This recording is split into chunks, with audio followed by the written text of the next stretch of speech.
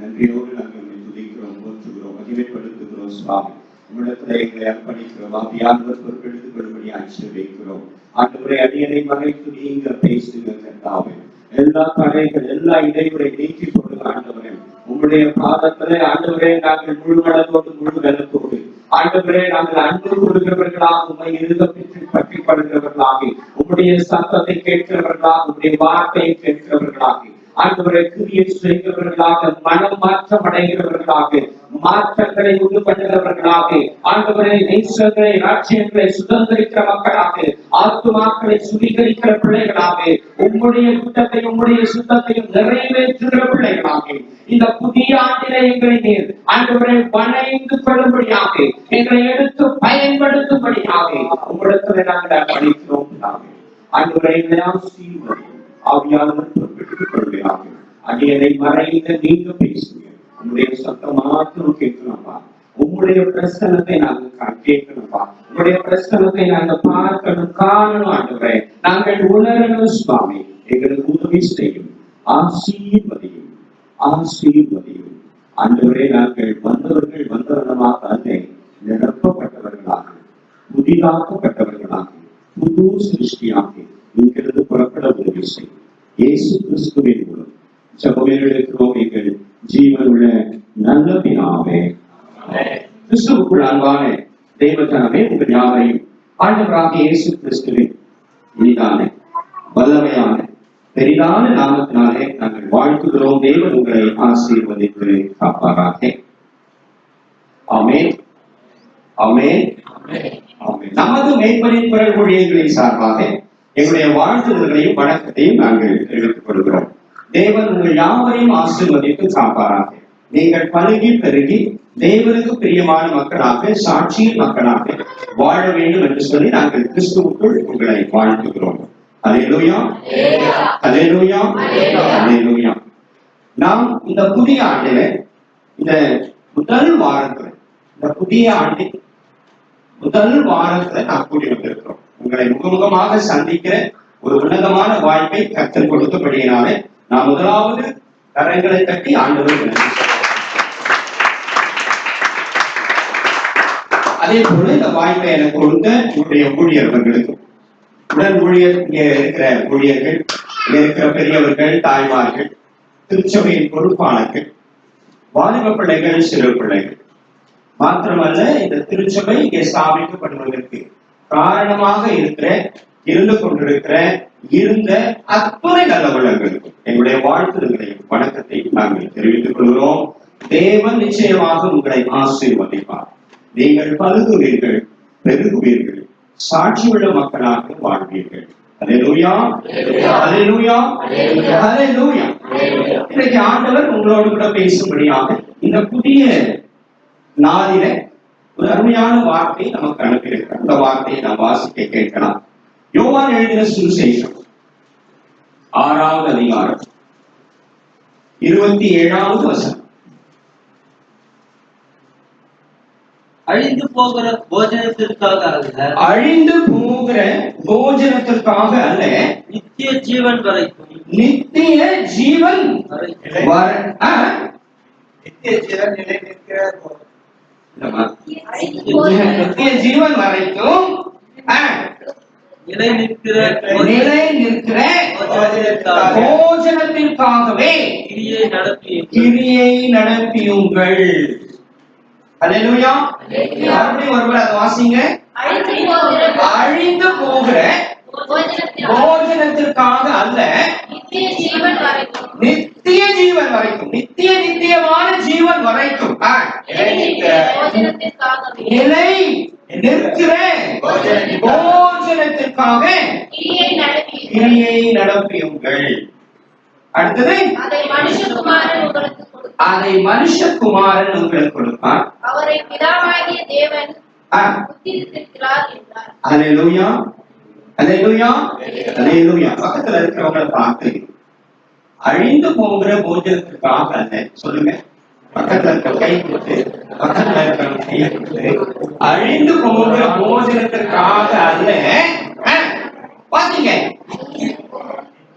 நித்திய ஜீவன் வரைக்கும் நிலைத்திருக்கிற போஜனத்திற்காகவே கிரியை நடப்பியுங்கள்.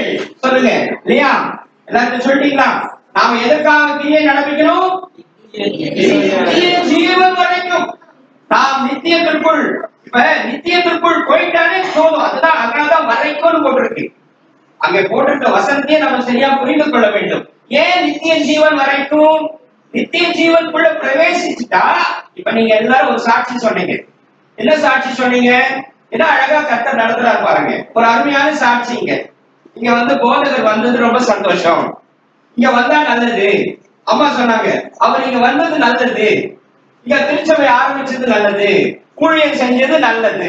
இங்க வந்துட்டா இன்னொரு சகோதரி சொன்னாங்க, இந்த போதகர் இங்க எனக்கு அது ஞாபகம் வந்துச்சு, அங்க போயிட்டா கர்த்தர்கிட்ட போயிட்டா எல்லாமே என்ன போயிடும்? எல்லாம் பழசெல்லாம் போயிடும், என்னுடைய பிரச்சனை எல்லாம் போயிடும், என்னுடைய கவலைகள் எல்லாம் போயிடும், என்னுடைய கண்ணீர் எல்லாம் போயிடும் அப்படின்னு நீங்களே இங்க சாட்சி சொன்னீங்க. அததான் ஆண்டவர் இங்க வலியுறுத்துகிறார். என்ன சொல்லுகிறார்? நித்திய ஜீவன் வரைக்கும். அந்த நித்திய ஜீவன் வரைக்கும்னா ஆண்டவருடைய கரம் பிடிக்கிற வரைக்கும். புரியுதா? ஆண்டவர் வந்து நம்ம நித்திய ஜீவனுக்குள் நடத்துகிற வரைக்கும் அவர் கரம் பிடிச்சுட்டா அதுக்கப்புறம் அவர் பார்த்துக்குவார்.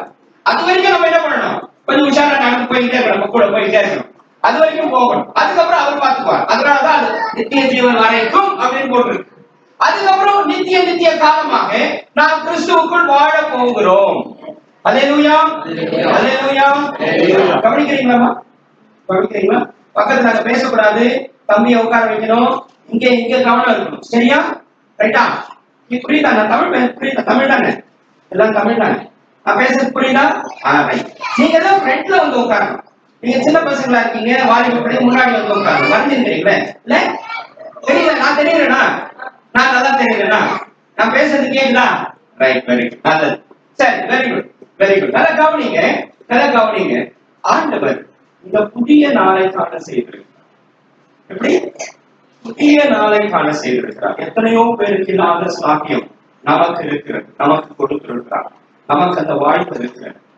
இப்ப நீங்க ஒரு வசனத்தை வாசிச்சீங்க, ஆண்டவர் என்கிட்ட பேசி சொன்ன வார்த்தையும் நீங்க பேசுற வார்த்தையும் ஒன்னாவே இருக்கு. முதல்ல ஒண்ணு சொன்னேன், இப்ப ரெண்டாவது ஒண்ணு சொல்றேன். அதாவது 118 சங்கீதம் 9வது வசனம். யாரு நம்ப கூடாதுன்றாங்க? மனிதனை நம்புவதை காட்டிலும் கர்த்தரின் பேரில் பற்றுதலா இருக்கலாம். 9 பிதாக்களை நம்புவதை பிரபுக்கள்னா யாரு? ராஜாக்கள். ராஜாக்களை நம்புவதை பார்க்கலாம். இப்ப சில ராஜாக்களை பத்தி தான் நம்ம பேச வந்திருக்கிறோம். ராஜாக்களை பத்தி தான் இப்ப பேச போறோம். நீங்க அதுக்கு முன்னாடி என்ன சொல்றீங்க? என்ன வாக்குத்தத்தம் சொல்லி வாசிச்சோம் பண்றீங்க? பிரபுக்களை நம்புவதை பார்க்கலாம் கர்த்தர் பேரில் பற்றுதலா இருப்பது நலம் என்று நீங்க சொல்லுறீங்க இல்லையா? அதே போல நீங்க இங்க வந்தவங்க என்ன சொல்றாங்க? கர்த்தரிடத்துல வந்து விட்டால் எனக்கு பெரிய ஆசீர்வாதம் கிடைச்சிடும், எனக்கு ஒரு நம்பிக்கை வந்திருக்கிறது, நான் கர்த்தரிடத்துல வந்து விட்டால் எல்லாமே என்னை விட்டு போய்விடும், ஆண்டவர் என்னை பார்த்துக் கொள்வார், எல்லா கவலைகள், எல்லா போராட்டங்கள், எல்லா பாடுகள் என்னை விட்டு நீங்கி போகும் என்ற ஒரு நம்பிக்கை உங்களுக்குள் இருக்கிறது. ஆண்டவர் அதை உறுதிப்படுத்த வேண்டும் என்று விரும்புகிறார், அதை நிலைநிறுத்த வேண்டும் என்று விரும்புகிறார், உங்களை ஆசீர்வதிக்க வேண்டும் என்று விரும்புகிறார். நாம் இன்றைக்கு ஆசீர்வாதத்தோடு கடந்து போக போகிறோம். எனக்கு அருமையான தேவ ஜனமே, அதற்கு முன்பாக ஒன்றை சிந்தித்துக் கொள்ளுங்கள். ஒன்றை நாம் மறந்து விடவே கூடாது. அது ஏன் நமக்குள்ள அந்த மாற்றங்கள் வராமலே என்று நாம் நினைக்கிறோம். ஆண்டவர் நமக்கு எல்லாம் செய்கிறார், எல்லாம் தெரியும். ஆண்டவர் தான் நம்மளை பாதுகாக்கிறார், நமக்கு தெரியும். ஆண்டவர் தான் நம்மை வழி நடத்தி கொண்டிருக்கிறார், நமக்கு நன்றாக தெரியும். ஆனால் கர்த்தர் பேரில் பற்றுதலாய் இருப்பது நல்லது என்று சொல்ல தெரிந்த நமக்கு அந்த பற்றுதலோடு நடக்கணும் இல்லையா? வாய் வார்த்தையா இருக்க கூடாது இல்லையா? என்னவா இருக்கணும்? செய்கையில வெளிப்படணும் இல்லையா? செய்கையில வெளிப்படணும். எப்படி செய்கையில வெளிப்படணும்? நாம எப்படி முதல்ல ஆண்டவரை கனப்படுத்த தெரிஞ்சுக்கணும். இல்லையா? முதல்ல என்ன பண்ணணும்? கர்த்தரை கனப்படுத்துவது எப்படி, அதை நம்ம தெரிந்து கொள்ளணும். அதுதான் நம்முடைய வேலை. அவரு நமக்கு பலன் செய்யறது எப்படின்னு அவர் பார்த்துப்பார். கரெக்டா? அப்ப அவரை நாம் எப்படி கனப்படுத்துவது என்பதிலே நாம் ஜாக்கிரதையாக இருக்க வேண்டும். மிக மிக அவசியம், மிக மிக முக்கியம். சரிங்களா? இன்னைக்கு புது வருடம் இல்லையா? புது வருடம், புதிய வாரம், முதல் வாரத்துல உட்கார்ந்து இருக்கிறோம். எப்படி வந்திருக்கணும்? குடும்பமா ஆண்டவரை ஆராதிக்கணும் இல்லையா? நன்றி சொல்லி, ஆண்டவரே 20வது ஆண்டு அநேக போராட்டங்களையா, கண்ணீர் ஆண்டவரே, ஆனாலும் எங்களுக்கு நீங்க போதுமானவரா இருந்து எங்களுக்கு நன்மை செய்து எங்களை பாதுகாத்து கழுகு, அதாவது கோழி தன் குஞ்சுகளை பார்க்கிறது போல சட்டையின் நிழலை எங்களை மூடி மறைத்து எங்களை அற்புதமாய் பாதுகாத்து இல்லையா? வார்த்தை சொல்லிட்டு தான் பார்த்தாங்க. செய்கிற காட்டணும். அட்லீஸ்ட் இந்த ஆண்டிலாவது ஒரு தீர்மானம் எடுக்கணும். இப்பவாவது தீர்மானம் எடுக்கணும். எப்ப மாற்றம் வர்றது இல்லையா? 20 போயிடுச்சு, 19 நான் வந்தேன். 19 இப்படிதான் பேசியிருப்பேன் நினைக்கிறேன் இல்லையா? 18 வந்தேன், அப்பவும் இப்படிதான் பேசுறோம். அப்புறம் 17 வந்தேன், அப்பவும் இப்படிதான் பேசணும். 16 வந்தோம், அப்படிதான் பேசணும். நான் எனக்கு தெரிஞ்சு அவரு அந்த ஊழியர் நடத்துக்கு போது வந்துருக்கிறேன். அப்போது அப்படித்தான் பேசிருக்கிறோம். நீங்களும் ஆமா ஆமா ஆமா ஆமா ஆமா ஆமான்னு இல்லையா? ஆமா ஆமா ஆமா ஆமான்னு சொல்லிட்டு 21 வந்துட்டோம். எப்படி உட்காந்துக்கிறோம்? இதே மாதிரி உட்காந்து பாதியாவே இருக்கு இல்லையா? கரெக்டா? இப்ப நான் போன இடத்துல கேட்கறது, உங்க ஊர்ல ஆம்பளைங்களுக்கு படிச்சலாம், ஆம்பளைங்களுக்கு சொல்ல மாட்டேங்கிறீங்களே, பேச மாட்டீங்களா? ஆம்பளைங்களுக்கு படிச்சலாம் இல்ல ஐயா, ஒரு படிச்சுவாங்க, ஒரு படிச்சுவாங்க இருக்கிறாங்க. பத்தியா இருக்கிறாங்க, எங்க இருக்கிறாங்க? வேலையாக்குறாங்க. பாத்தியா? Super super. யாருக்கு சொல்லுது? பத்தியா? வேலையா அந்த வேலைக்கு தான் வேலை வந்து அந்த வேலையை பத்தி தான் பேச வந்துக்கிறேன். உங்களுக்கு அலெக்சாண்டர் தி கிரேட் தெரியுமா? தெரியுமா? எல்லாருக்கும் தெரிஞ்சு தெரியாதா? படிக்கலையா மணி? ஏமா ஒண்ணும் சொல்ல மாட்டேன். அலெக்சாண்டர் கிரேட் தெரியாதுங்க யாருக்கு? உலகத்துல பெரிய மன்னர் இல்லையா? அவருக்கு பேரு அலெக்சாண்டர் தி கிரேட்டா. ஆனா தோத்து போனவன் தெரியுமா? இல்லையா? வாழ்க்கையில தோல்வியுற்றவன், ஆனா யுத்தங்களையும் ஜெயித்தவன். ஒரு யுத்தத்துல கூட அவன் தோல்வி கிடையாது. எல்லா யுத்தங்களிலும் ஜெயித்து கொண்டே வந்தான். இந்தியா வரைக்குமே வந்துட்டான். உலகம் முழுவதையும், அநேகமாக உலகம் முழுவதையும் அவனுடைய குடையின் நிழலுக்கு கொண்டு வந்துவிட்டான். அதுல ரொம்ப குறிப்பு என்ன தெரியுமா? ரொம்ப பெரிய விசேஷம் என்ன தெரியுமா?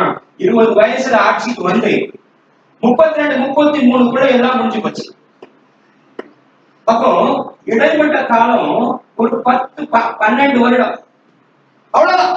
12 வருஷத்துல எவ்வளவு பெரிய சாதனை உலகத்தை அடுத்து கொண்டு வர முடியுமா? இப்ப நம்ம இந்த கிராமத்துல எவ்வளவு ஆச்சு? எவ்வளவு ஆச்சு?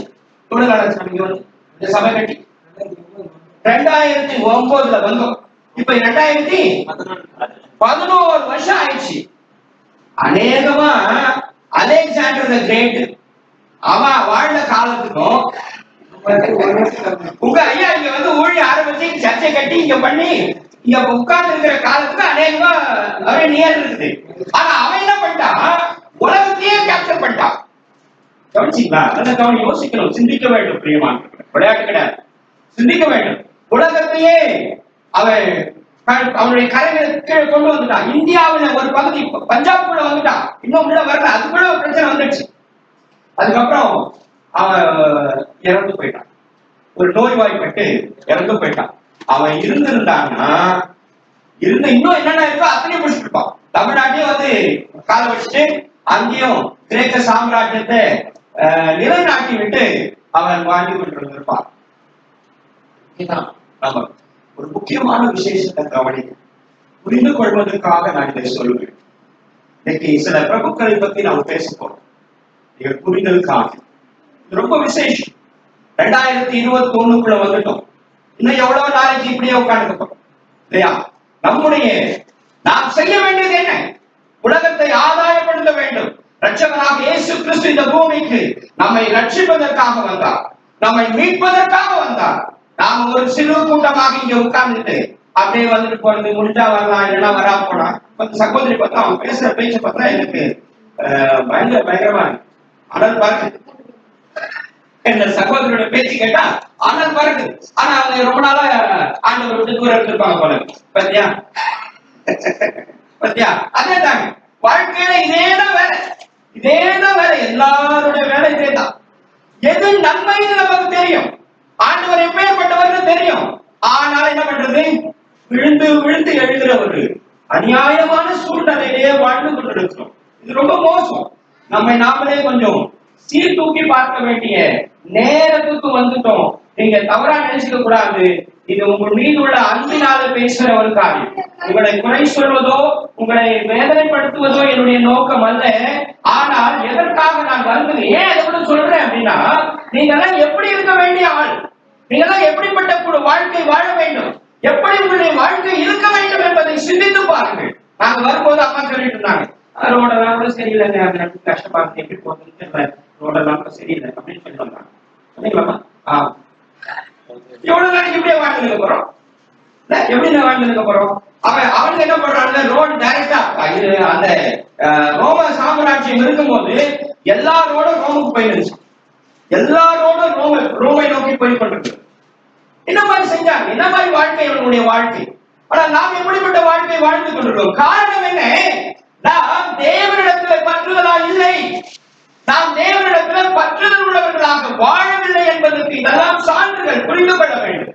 வெறும் வாய் வார்த்தையாக நம்முடைய வார்த்தை இருக்கக்கூடாது.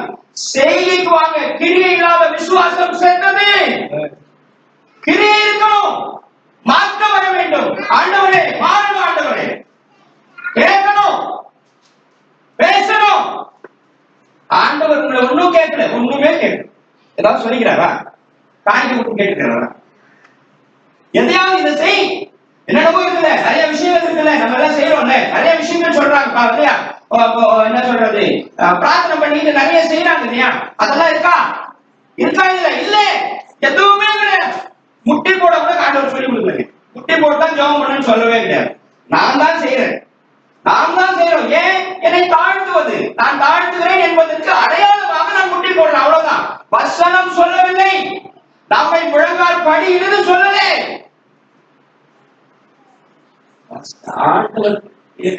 அன்புள்ளவனாக நான் இருக்கணும், அன்போடு இருக்கணும் அப்படிங்கிறது தான் வசனம் சொல்லுது. அன்பு, அவ்வளவுதான். இப்ப நான் ஏன் வரேன், நான் ஏன் வரணும்? அன்பு, அவ்வளவுதான். ஆனா திடீர்னு அவங்க வந்தாங்க, வீட்டுக்கு வந்தாங்க, பேசினாங்க. திடீர்னு எப்போ வரீங்கன்னாங்க, ஃபர்ஸ்ட் வீக். ஐயோ ஃபர்ஸ்ட் வீக் வந்தா ஃபர்ஸ்ட் வீக் வேகண்டாததுக்கு வரேன், அவ்வளவுதான். வந்துட்டு முடிஞ்சு போச்சு, அவ்வளவுதான். வேற ஒண்ணுமே கிடையாது. அன்பு தவிர வேற என்னத்தை சம்பாதிச்சு போகிறோம்? ஒண்ணுமே இல்லை. அன்புதான். அன்பு நிலைத்திருக்கும்படியாக நாம் அன்பு பாராட்டுகிறவர்களாக நாம் மாற வேண்டும். முழுமையான அன்பு, முழுமையான அது சொந்த சகோதரிடத்துல நாம் அன்பு பாராட்டவில்லைன்னா காணாத தேவனிடத்துல எப்படி அன்பு பாராட்ட முடியும் என்று ஆண்டவர் கேட்கிறார். சரியா? ஆண்டவர் தானே கேட்கிறாரு. சொந்த நீ கண்களால பார்க்கிற உன் அருகில் இருக்கிற சகோதரிடத்துல நீ அன்பு கூறவில்லை என்றால் காணாத தேவனிடத்துல எப்படி அன்பு கூறுவாய்? ஆனா அந்த வசனத்துல படிச்சு உட்கார்ந்துறோம், கர்த்தர் பேரு 10 இருப்பது நலம், கர்த்தர் பேரு 10 இருப்பது நலம், நலம், நலம். சரி, இந்த ராஜா என்ன பண்ணான்னு தெரியுமா? அதான் முக்கியம், நம்ம கவனிக்க வேண்டியது அதான். அவன் நோய்வாய்ப்பட்டு விட்டான், சின்ன வயசு. 32, 33 வயசு என்ன வயசு? எனக்கே கம்மி. எனக்கு கம்மி. உங்களுக்கு அண்ணனா தம்பியா? இவருக்கே கம்மியா? அவருக்கே கம்மிங்க. அவரு எவ்வளவு பெருசா இருப்பா பாருங்க. அவரே அண்ணனாகிறார், அவர் எப்படிங்கிறார் பாருங்க. அவருக்கு தம்பினா அவன் எப்படி இருப்பான் பாத்துருங்க. அவர் நோய்வாய்ப்பட்டு விட்டார், மரணம் வந்து விட்டது. கடைசியா அவன் எனக்கு ஒரு ஆசைப்பட்டது என்ன தெரியுமா? தன் தாயை பார்க்க வேண்டும். ஏன்னா தாய் தான் அவனை போஷித்து வளர்த்தார். அவனுக்கு சில யுக்திகளை சின்ன வயசுல இருந்து கற்றுக் கொடுத்தது யாரு? அவனுடைய தாய். அதோடு கூட பெரிய பெரிய தத்துவ ஞானிகள், அரிஸ்டாட்டில் போன்ற பெரிய தத்துவ ஞானிகளுடைய ஞானத்திலே அவன் வளர்க்கப்பட்டான். பெரிய தத்துவம், உலகத்திலேயே பெரிய தத்துவ ஞானியான அரிஸ்டாட்டில் போன்றவர்கள் தான். இன்னைக்கு தத்துவ சரித்திரத்தை நீங்க படிச்சிருக்கீங்க. நம்ம பசங்க வெளியே போயிட்டாங்க, அவ்வளவுதான். அவங்க யாரு? உங்க பிள்ளைங்க இங்க இருக்க, உங்க பெற்றோரோட பிள்ளைங்களா வெளியே இருக்கிறவங்க? ஆமா, நம்ம வளர்க்கல. ஆனா அந்த இதெல்லாம் புரிஞ்சுக்கணும். அவன் ராஜாவானதுக்கு, அவன் வெற்றி அடைந்ததுக்கு யார் தெரியுமா காரணம்? அவனுடைய தாய். அவன் தாய் அவனை சிறு பிராயத்துல அப்படி வளர்த்ததுனாலதான் அவன் பெரிய வெற்றிகளை பெற்று விட்டான். இதை நீங்கள் புரிந்து கொள்ள வேண்டும். இருக்கிற பெற்றோர்கள் உங்க பிள்ளைகளுக்கு அதை சொல்லி இந்த சின்ன வயசுலயே சொல்லி வளர்க்கணும்.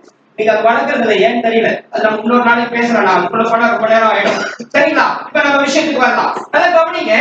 அவன் தன்னுடைய தாயை பார்க்க விரும்பினான், ஆனால் பார்க்க வாய்ப்பில்லை. ஏன்னா அவனுடைய வியாதியினுடைய தாக்கம் அதிகம். அவன் கடைசியில மறித்தது பாபிலோனில் இருக்கிற நேபுகாத்நேசாருடைய அரண்மனையிலே அவன் மறித்து போனான் என்று சொல்லப்படுகிறது. அந்த மரண நேரத்துல தன்னுடைய தளபதிகளை எல்லாம் அழைத்து ஒரு 3 ஆசையை அவன் வெளிப்படுத்தினான். 3 ஆசை அவனுக்கு இருந்தது. இதை நீங்கள் தயவு செய்து நிறைவேற்றுங்கள் என்று சொல்லி அவரிடத்துல கேட்டுக்கொண்டார். புரிந்து கொள்ள வேண்டும். இது ஏன் இதை நம்ம இங்க பேசுறோம் அப்படின்னா, இதுல ரொம்ப மிக நுட்பமான காரியங்கள் இதுல இருக்கிறது என்பதற்காக தான் அவர்களை எல்லாம் இன்றைக்கு நாம் இங்க பேசுறோம். 3 காரியம், 3 ஆசையை வெளிப்படுத்துறான் தன்னுடைய தளபதியின் இடத்துல.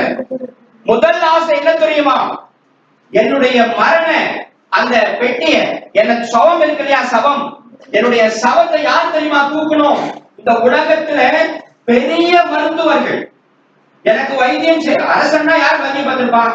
பெரிய பெரிய மருத்துவர்கள் தான். இன்னைக்கு நிறைய பேர் நமக்கு தெரியும். அவங்க எல்லாம் எங்க போறாங்க? எடுத்தா அமெரிக்கான்றாங்க, எடுத்தா சிங்கப்பூர் இருக்காங்க, அப்படித்தானே? எல்லாரும் அப்படித்தானே பேசுறாங்க. நமக்கு தெரியாதமா? நம்ம படிச்சுக்கிறோம் பேப்பர்ல தான். எல்லாரும் அப்படித்தானே எல்லாரும் போறாங்க. இப்போ ஒரு பெரிய ராஜா உலகத்தையே என்ன பண்ணிட்டான்? கவனிங்க அவனை விட்டுருங்க, சின்ன பையனை விடுங்க. நல்லா கவனிங்க. அதாவது உலகத்தை தம்பி வாப்பா இவன் முன்னாடி உட்கார், வா கேட்டு கவனி, நல்லா கவனி. அந்த உலகத்தையே ஆட்படுத்தி கொண்டே தன்னுடைய கட்டுக்குள் கொண்டு வந்த அரசனை மருத்துவர்கள் அவனுக்கு மருத்துவம் செய்தார்கள். அவன் நிச்சயமா உலகத்துல தலை சிறந்த மருத்துவர்களாக தான் இருக்க முடியும், இல்லையா? நம்ம சென்னைக்கு நிறைய பேர் வந்துட்டு போனாங்க. உங்களுக்கு எல்லாம் தெரியும், பத்திரிகைகள் பார்த்திருப்பீங்க, இல்லையா? அப்போ ஹாஸ்பிட்டல் நிறைய பேர் வந்துட்டு லட்சமா வாங்கிட்டு போனாங்க, தெரியும். சரி, அப்ப அவ்வளவு பெரிய மருத்துவர்கள் மருத்துவம் பார்த்தாங்க. அந்த மருத்துவர்கள் தான் என்னுடைய சவத்தை தூக்க வேண்டும். நம்பர் 1 என்னது? முதல் ஆசை என்னது? அல்லது முதல் கட்டளை என்னது? தலை சிறந்த மருத்துவர்கள். அம்மா நீ கூட ஞாபகம் வச்சுக்க, மருத்துவச்சியா இருக்கிற ஞாபகம் வச்சுக்க. அதாவது தலை சிறந்த மருத்துவர் தான் என்ன என்ன பண்ணணும்? என்னுடைய சவத்தை தூக்கணும். வேற யாரும் தூக்கணும், அவங்க தான் என்ன அடக்கம் பண்ணணும். ரைட். அடுத்தது இல்லையா? 2வது சொல்றான், நான் சம்பாதிச்சேன் தெரியுமா? பொண்ணு, வெள்ளி, வைடூர் எல்லாம் இருக்கு இல்லையா? அதெல்லாம் என் சவம் ஊர்வலம் போகும்போது எல்லாத்தையும் ரோட்ல இறச்சிடணும். அவன் சொன்னது இது சரித்திர நிகழ்வு, மறந்து விடாதீர்கள். இதெல்லாம் எவ்வளவு பெரிய விசேஷம் நமக்கு தெரியல. சும்மா உட்கார்ந்து இருக்கிறோம், ஏதோ பாக்குறோம், சும்மா ஸ்தோத்திரம் சொல்லிட்டு போற கிடையாது. நிறைய விஷயங்கள் இருக்கு. நமக்குள் மாற்றம் தேவை. நாம் மாற்றம் அடைய வேண்டும் என்பது ஆண்டவருடைய சித்தமாக இருக்கிறது. அவன் சொன்னான், நான் சம்பாதித்த என்னுடைய அந்த ட்ரெஷரி இருக்கு இல்லையா, அவனுடைய கஜானா இருக்கும் இல்லையா, என்னுடைய கஜானாவில் இருக்கிற அத்துணை வைடூரியங்களையும் அத்துணை வெள்ளியும் உலகத்தை முழுசியும் கேப்சர் பண்ணாங்கன்னாக்கா அவங்க எவ்வளவு போயிருக்கும்? எவ்வளவு சம்பாதிச்சிருப்பான், எவ்வளவு அவனுடைய பொண்ணு, எவ்வளவு சொத்து அவனுடையது, அத்தனை என்ன பண்ணணும்? என்னுடைய சவ ஊர்வலம் போகும் பொழுது வீதியிலே நீங்கள் வீசி எறிய வேண்டும் அப்படின்னு சொன்னான். நம்பர் 3, மூன்றாவது அவன் சொன்ன வார்த்தை என்ன தெரியுமா? என்னுடைய சவம், அந்த சவ பெட்டியில என்னுடைய கைகள் ரெண்டையும் வெளியே இருக்க வேண்டும். என்னுடைய கைகள் ரெண்டு என்ன இருக்கணும்? வெளியில இருக்க வேண்டும் அப்படின்னு சொல்லி இந்த 3 காரியத்தை நீங்கள் செய்ய வேண்டும் என்னுடைய மரணத்துல என்று சொல்லி. அவன் பெரிய ராஜா, நான் ரொம்ப சாதாரணமா பேசுகிறேன். அவன் கிட்ட போய் யாரும் நிக்கவே முடியாது. அவன் மிக பயங்கரமானவன், மிக கொடூரமானவன் இல்லையா? இல்லைன்னா அவ்வளவு பெரிய காரியம் செய்ய முடியுமா? உலகத்தை ஆள முடியுமா? அவன்கிட்ட பேசுறதுக்கே பயப்படுவான். அவருடைய கிட்ட போக முடியாது. அவன் அவ்வளவு பெரிய டெரர்னா டெரர், அப்படிப்பட்ட டெரர். அந்த டெரர் ஆனவர்கிட்ட இவங்க அந்த தளபதிகள் சொல்றாங்க, கண்டிப்பா செய்யணும், ஆனா இதெல்லாம் ஏன் சொல்றீங்கன்னு இவங்க சொல்லிட்டீங்க நல்லா இருக்கும் அப்படின்னு ஒருத்தன் கேட்கிறான். அவனுக்கு ரொம்ப நெருக்கமானவன் கேட்கிறான். அவன் மரிக்கிறதுக்கு முன்னாடி அவன் நண்பன் இறந்து போயிட்டான். ரைட்டுங்களா? அவன் கேட்கிறான். அவன் சொல்றாரு, ஒண்ணு இல்லப்பா, பாரு, ஜனங்களுக்கு ஒரு மெசேஜ் சொல்லணும்னு ஆசைப்படுறாங்க. ஒரு மெசேஜ் சொல்லணும் ஜனங்களுக்கு. அதாவது எந்த மருத்துவர்களாலும் நம்மை காப்பாற்ற முடியாது. அதுதான் அவன் சொன்ன மெசேஜ். எந்த மருந்தோ எந்த மருத்துவனோ என்னை காப்பாற்ற முடியாது, அல்லது நம்மை காப்பாற்ற முடியாது, எந்த நோயையும் காப்பாற்ற முடியாது. அதை நான் ஜனங்களுக்கு சொல்ல வேண்டும். ஜனங்கள் புரிந்து கொள்ள வேண்டும். அவர்கள் என்னுடைய குடிகள், என்னுடைய மக்களுக்கு நான் செய்தி சொல்ல விரும்புகிறேன். நம்பாதீங்க நம்பாதீங்க அப்படின்னு சொல்றதுக்காக அவர்கள் தூக்கிட்டு போகணும். ஏன்னா அவங்கதான் என்ன ட்ரீட் பண்ணாங்க, அவங்கதான் இதை தூக்கிட்டு போகணும். அவங்க எல்லாரும் பார்க்கும் போது என்ன சொல்லணும்? இவங்க பார்த்து போய் எங்க பண்றாங்க? இவங்க தான் கொண்டு போய் அடக்கம் பண்ணுகிறார்கள் என்று உலகம் அறிந்து கொள்ள வேண்டும் என்று செய்தான். அடுத்தது சொல்றான். அதாவது நான் ஓடி ஓடி ஓடி ஓடி ஓடி ஓடி ஓடி நாட்டை பிடிச்சி ஆட்சியை சேர்த்து சம்பாத்தியம் சேர்த்த பத்தியா, அது எதுவுமே என் கூட வராதியா, என் கூட எதுவுமே வராது, ஒண்ணுமே வராது. அது எல்லாம் மண்ணோட மண்ணா போயிடும். நான் மட்டும்தான் போய் என்ன பண்ணுவேன்? அடக்கம் பண்ணுவாங்க. நான் மட்டும்தான் தனியா போவேன். அதை சொல்லணும் ஜனங்களுக்கு. இல்லைன்னா நான் கொஞ்ச நாள் வாழ்ந்திருப்பேன். இது எனக்கு முன்னாடி யாராவது சொல்லி இருந்தாங்கன்னா, இந்த சத்தியத்தை யாராவது எனக்கு சொல்லி இருந்தாங்கன்னா, நான் சொல்றேன், இது அவன் சொல்றேன். ஏன்னா அன்னைக்கு சொல்றதுக்கு ஆளே இல்லை. அதான் வேதனையா இருக்கு. அதுக்காக தான் உங்களிடத்துல இதை சொல்லுகிறேன். இது போலதான் நிறைய பேர் இன்றைக்கு அழிந்து கொண்டிருக்கிறார்கள். நான் உங்களுக்கு சொன்னேன் ஒரு முறை, இங்க வந்து இங்கேயே சொன்ன, நான் ஞாபகம் தெரியல, ஜெயலலிதா அவர்களுக்கு ஒரு விசேஷத்தை சொல்லணும்னு ஆசைப்படுறேன். அவங்க உயிரோட இருந்தார்கள். நான் இங்க சொன்னேன், யாராவது உங்களுக்கு தெரிஞ்சவங்க யாராவது இருந்தா போய் சொல்லுங்க, நான் சொல்லணும்னு ஆசைப்படுறேன் அப்படின்னு நான் சொன்னேன். ஆனா கடைசி வரைக்கும் பார்க்க முடியல. இல்லையாமா? ஞாபகம் இருக்கா? ஞாபகம் இருந்தா சந்தோஷம். பார்த்தீங்களா? அப்ப ஒரு ஊழியக்காரனுக்கு அந்த பாரம் இருக்கிறது என்பதை நாம் புரிந்து கொள்ள வேண்டும். அப்ப அன்னைக்கு சொல்லாதனால அவனுக்கு தெரியல. அப்ப அவன் என்ன சொல்றான்? நான் ஓடி ஓடி சம்பாதித்தேன். நான் அப்படி ஓடாம இருந்திருந்தா ஒருவேளை என்னுடைய ஆயுசு கொஞ்சம் கூட இருந்திருக்கலாம். அவன் சிந்திக்கிறான் இல்லையா? அப்படி கூட யோசிச்சிருக்கலாம். ஆனா அவன் சொன்னா என்னன்னு தெரியல, சரித்திரத்தில் அது பதிவு இல்லை. அப்ப நான் ஓடி ஓடி சம்பாதிச்சேன், எல்லாம் வீணா போச்சு. ஆகவேதான் அதை கொட்டிடுறான். எல்லா இடங்களும் கொட்டின பிரயோஜனம் இல்லை, அது உதவாதுன்னு சொல்லிடு அப்படின்னு சொல்லி அவன் கொட்ட சொல்றான். மூன்றாவது சொல்லுகிறான், அந்த கரம் ஏன் வெளியேற்றணும் தெரியுமா? நான் இந்த Alexander the great, Maaveeran Alexander என்று உலகம் என்னை போற்றிக் கொண்டிருக்கிறது, எனக்கு புகழ் இருக்கிறது, நான் எல்லாவற்றையும் ஆதாயப்படுத்தினேன் என்று மக்கள் நம்பிக்கொண்டிருக்கிறார்கள். ஆனால் நான் வரும்போதும் ஒண்ணும் கொண்டு வரல, போகும்போதும் ஒண்ணும் கொண்டு போலையா, வெறும் கையோட போறேன், வெறும் கையோட தான் நான் போறேன். ஆகவே அந்த கரத்தை வெளியே காட்டி அவன்கிட்ட பார்த்துட்டோம். ஒருவேளை அவங்க மருந்து ஞாபகம் வச்சுக்க போறாங்க, ஏதோ கொண்டு போயிட்டான், அக்ஷன் போயிட்டான் அப்படின்னு சொல்லிட்டு போறாங்க. எதுவுமே கொண்டு போல, இந்த கரம் இப்படியே இருக்கு பாரு, 2 கரத்தையும் வெளியே விடு அப்படின்னு சொல்லி இந்த 3 காரியத்தையும் வச்சு சொன்னான். கவனிங்க, இந்த மாவீரன் அலெக்சாண்டர் வாழ்ந்த காலம் என்பது கிறிஸ்து பிறப்பதற்கு முன்பாக ஒரு 300 ஆண்டுகளுக்கு முன்பாக வாழ்ந்தவன். 300 ஆண்டுகள், கிறிஸ்து பிறப்பதற்கு முன்பாக ஒரு 300 ஆண்டுகள் வாழ்ந்தவன். இன்னொரு ராஜா இருக்கிறார். இன்னொரு ராஜா இன்றைக்கு அவர் புத்தராக போற்றப்படுகிறார். அவரும் தன்னுடைய இளம் பிராயத்துல அவர் தன்னுடைய அரசவையில இருக்கின்ற பொழுது ஒரு 22 வயது இருக்கும் பொழுது, இவராவது 32 வயது, அந்த கௌதமருக்கு 22 வயது. அவர் தன்னுடைய 22வது வயதுல அவர் ஒரு ராஜாவாக இருக்கிறார், ராஜகுமாரனாக இருக்கிறார்.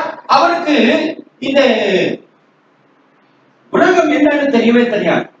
இன்னும் செல்வத்திலும் செழிப்பிலும் மகிழ்ச்சியிலும் கேளிக்கைகளிலும் ஒரு ராஜோப உபச்சாரத்திலுமே அவருடைய வாழ்க்கை இருந்தது 22 வயசு வரைக்கும். அவர் அந்த 22வது வயது வெளியிலே வருகிறார், தன்னுடைய அரண்மனையை விட்டு வெளியே வருகிறார். 3 காரியங்களை அவர் பார்க்கிறார். எத்தனை காரியம்? 3 காரியங்களை பார்க்கிறார். 1, ஒரு வயோதிப மனிதரை பார்க்கிறார். அவங்க சாம்ராஜ்யத்துல வயோதிபம் அவர் பார்த்ததே இல்லை போல இல்லையா? இன்னைக்கு நாம எல்லாம் நம்ம பிள்ளைங்க எப்படி வளர்க்கிறோம் தெரியுமா? குடும்ப சூழலை சொல்லி கொடுக்காம சில நேரங்களை வளர்க்கிறோம். அதுவே மிகப்பெரிய தவறு என்பதை புரிந்து கொள்ளுங்கள். குடும்ப சூழல் தெரியாமே ஏன்னா நம்ம என்ன நினைக்கிறோம் தெரியுமா? நான் பட்ட கஷ்டத்தை என்ன பண்ணக்கூடாது, என் பிள்ளை படக்கூடாதுன்னு நினைச்சிட்டு நம்ம பண்றோம். மகா தப்பு என்பதை இதுல இருந்து புரிந்து கொள்ளணும். அப்ப வயோதிபன்னா என்னன்னே தெரியாது ஒரு வயதான மனிதன் கோல் ஊட்டி அந்த வழியில போறதை பார்த்து அவர் ரொம்ப கஷ்டப்படுறார். ஐயோ, முகமெல்லாம் சுருங்கி போய் கண்ணெல்லாம் உள்ள போய் நடுக்கம் கொண்டு இப்படிப்பட்ட ஒரு மனிதன் இருக்கிறான், ஏன் இப்படி நடக்குது அப்படின்னு பார்க்கிறார். அப்புறம் ஒரு வியாதியஸ்தரை பார்க்கிறார். வியாதினால கொடூரமாக கஷ்டப்படுகிற ஒரு மனிதனை பார்க்கிறார். 3வது, பாடையிலே ஒரு சவத்தை கொண்டு போகிறார்கள், அதை பார்க்கிறார். ஏன்பா மரணம்? இப்போ இந்த 3 காரியத்தையும் பார்த்து அந்த கௌதமருக்கு மிகப்பெரிய வேதனை, மனசுல பாரம் வந்து விடுது. நான் உங்களுக்கு நல்லா புரிஞ்சு கொள்ளணும். நீங்க ஏன் இவரை இப்ப பாராட்டுங்க தெரியுமா? உண்மையிலே பாரம் உள்ள மனுஷன், கண்டிப்பா பாராட்டும். ஒரு ஊழியக்காரன் என்பவன் பாரம் உள்ளவனாக இருக்க வேண்டும். ஆகவேதான் பாரத்தோடு இருக்கிற ஒரு மனிதனால தான் ஊழியம் செய்ய முடியும் இல்லையா? அதனாலதான் இந்த இடத்துல ஊழியம் செஞ்சிருக்கிறார். இங்க எனக்கு என்ன கிடைக்கும், இங்க எனக்கு அது கிடைக்கும், இது கிடைக்கும், அதெல்லாம் கிடையாது. ஆத்தும ஆதாயம், அறுவடை, மக்கள் விடுதலை, மக்களுடைய வாழ்வு, அவருடைய சமாதானம், அவருடைய சேமம், இதுதான் ஒரு ஊழியனுடைய பாரம். அந்த பாரம் தான் அந்த கௌதமரிடத்துல இருந்தது. அவர் பார்க்கிறாரு, இங்கே வயோதிபர் இருக்கிறார், ஐயோ ஐயோ ஐயோ, நோயாளி இருக்கிறார், ஐயோ. ஆண்டவர் என்ன சொல்றார் தெரியுமா? சிரிக்கிறவங்களோட சிரிங்க, அழுகிறவர்களோட அழுங்க. அதான் ஆண்டவர் நமக்கு கற்றுக்கிட்டது. அப்போ அந்த பாரம் அவருக்கு இருக்கிறது. வேதனையோடு இருக்கிற ஜனத்தை பார்த்து வேதனைப்படுகிறார், ஐயோ இந்த மக்கள். அப்போ அவர்கிட்ட ஒரு கேள்வி வருகிறது. இந்த கேள்விதான் நம்ம கிட்ட வரமாட்டேங்குது. அதான் பிரச்சனை. நம்ம இதெல்லாம் கேட்கிறோம், இந்த உணர்வு எல்லாம் இருக்குது, எல்லாம் இருக்கு, நம்ம கிட்ட ஒரு கேள்வி வர்றதில்லை. ஒருவேளை கேள்வி வரலாம், ஆனால் அதற்கான தீர்வை நாம் கண்டுபிடிக்கிறது. ஆனால் கௌதமர் தீர்வு கண்டுபிடிக்க வேண்டும் என்று முடிவு செய்தார். இதற்கு ஒரு தீர்வு வேண்டும், இதற்கு ஒரு தீர்வை கண்டுபிடிக்க வேண்டும் என்று அவர் விரும்பினார். அவர் என்ன பண்ணார் தெரியுமா? அவருடைய மனைவி, அவருக்கு 22 வயசு, அவங்க வயசு எவ்வளவு, என்ன வயசு?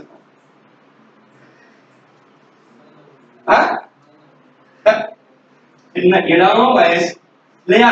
அப்புறம் சின்ன குழந்தை இருக்கு. அவங்க எல்லாரையும் அப்படியே விட்டுட்டு அவங்க தூங்கும் போது அவங்களை அப்படியே விட்டுட்டு யாருக்குமே சொல்லாம கதவை சாத்தி வெளிப்பேன்.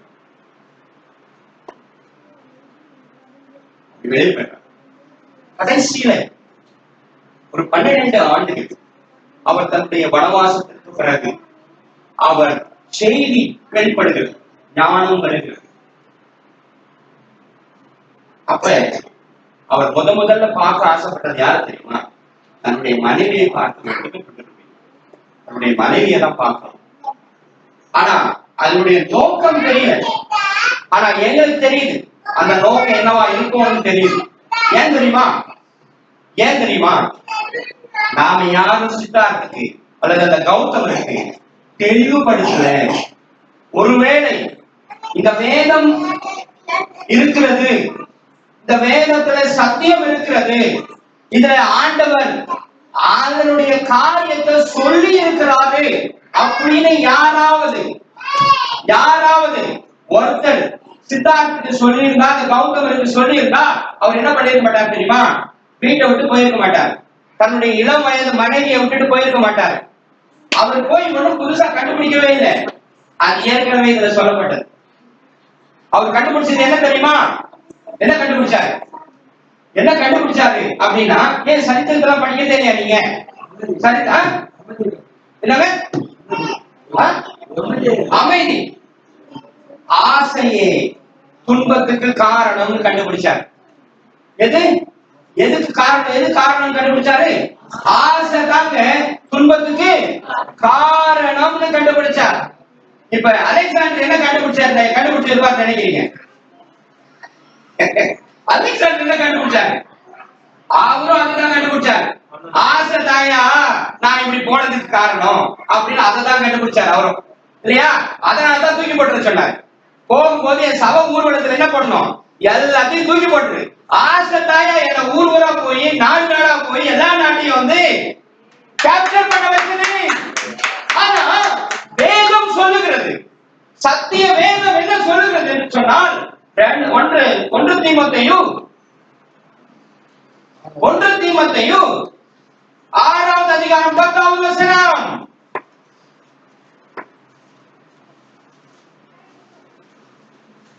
பண ஆசை எல்லா தீமைக்கும் வேறாயிருக்கிறது. இச்சித்து விசுவாசத்தை விட்டு வழுவி அநேக வேதனைகளாலே தங்களை உருவ குத்திக் கொள்கிறார்களா? இப்ப மாவீரன் அலெக்சாண்டரும் அதையேதான் செய்து கொண்டார். தன்னை என்ன பண்ணிட்டான்? உருவ குத்தி கொண்டான். எத்தனாவது வயசுல போயிட்டான்? 32 33வது வயசுல போய் சேர்ந்துட்டான். மாவீரன். உலகத்துல யாருக்குமே அந்த பேர் கிடையாது, அலெக்சாண்டர் தி கிரேட் அப்படின்னு. ஆனா கிரேட்டா தான் இருந்தாங்க. சாலமோன் தி கிரேட் இருந்தாங்க, அவங்க காலம் வேற. இந்த அலெக்சாண்டர் கிரேட் சமீபத்தில் இருந்தார். 300 வருஷம் ஆண்டவருக்கு முன், அதாவது 2300 வருஷம், 2300 வருஷத்துக்கு முன்னாடி இருந்தவர். ஆனா சாலமோன் தி கிரேட் எப்ப இருந்தாரு? அது பல ஆயிரம் ஆண்டுகளுக்கு முன்பாக, அதற்கு முன்பாக ஒரு 1000 ஆண்டுகள் அல்லது ஒரு 700 ஆண்டுகள் முன்பாக வாழ்ந்தவர்கள் அவர்கள். தாவீது, சாலமோன் போன்றவர்கள் அதுக்கு முன்பாக வாழ்ந்தவர்கள்.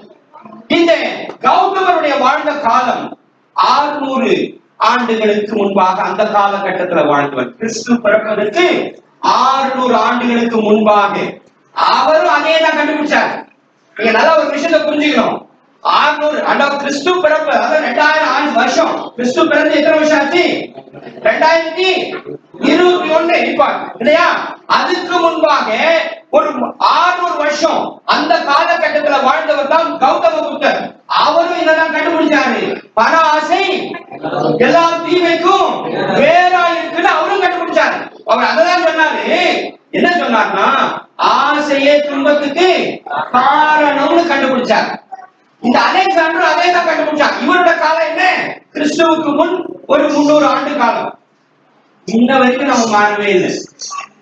இன்னைக்கு நம்ம வீட்டுல நம்ம ஆண்கள் ஏன் வரல தெரியுமா?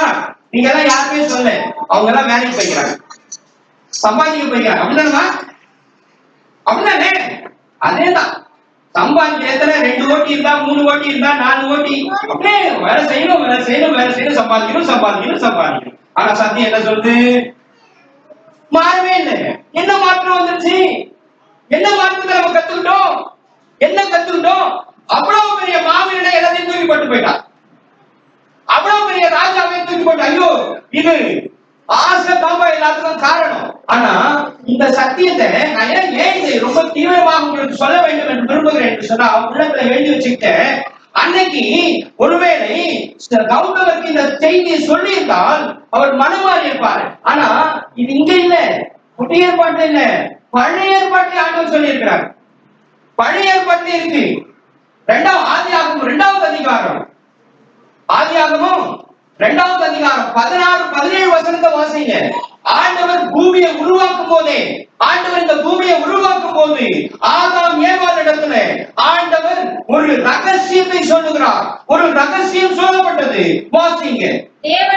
தேவனாகிய கர்த்தர் மனுஷனை நோக்கி, நீ தோட்டத்தில் உள்ள சகல விருட்சத்தின் கனியையும் புசிக்கவே புசிக்கலாம், ஆனாலும் நன்மை தீமை அறியத்தக்க விருட்சத்தின் கனியை புசிக்க வேண்டாம், அதை நீ புசிக்கும் நாளிலே சாகவே சாவாய். அல்லேலூயா, அல்லேலூயா. பாத்தீங்களா எங்க சொல்லியிருக்கிறாரு? வேதாகமத்தினுடைய முதல் புத்தகம் அது. முதல் புத்தகத்துல 2வது அதிகாரத்துல வருகிறது. மனுஷனை உண்டாக்கின கர்த்தர் உடனடியாக சொல்லுகிற ஒரு பேர் ரகசியம், பெரிய ரகசியம், வாழ்வின் ரகசியம், வாழ்வின் வெற்றி ஆண்டவர் சொல்லுகிறார். ஆனா இன்ன வரைக்கும் மாற்றா, இன்ன வரைக்கும் நம்ம புரிஞ்சு கொண்டோமா? புரியல. அவர் சொல்றாரு மரணம். அததான் அவர் கண்டுபிடிச்சார். யாரு? கௌதம். அதுதான் புத்தர் அவர் பேர் வாங்கினார், அதை கண்டுபிடிக்கிறதுக்கு. ஆனா இதை ஏற்கனவே ஏன் வச்சுக்கிறார்? புரியுதா? நான் சொல்றது புரியுதா? அவர் போய் எதுக்கு அந்த மரத்தண்ட போய் உட்கார்ந்து வனவாசம் இருக்கணும்? ஏன் தேவையில்லை இருக்கு. இத படிச்சிருந்தாரு அவர், இத படிச்சிருந்தாரு அவர் போயிருக்க மாட்டார், கண்டிப்பா போயிருக்க மாட்டார். ஆனா யாரும் சொல்லல. ஏன் சொல்லல? யாருக்குமே தெரியாது. கரெக்டாமா? இன்னைக்கு நாம ஏன் இங்க வரோம் தெரியுமா? ஏன் வரோம் தெரியுமா? தெரிந்து கொள்வதற்கா. ஏன் தெரிந்து கொள்ள வேண்டும்? மற்றவர்களுக்கு சொல்வதற்காக. மத்திய எழுதின சுவிசேஷம் 28வது வசனம், 28வது அதிகாரம் 20வது வசனம் வாசிங்க.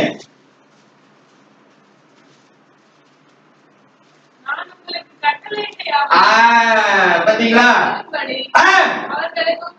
பத்தியா பத்தியா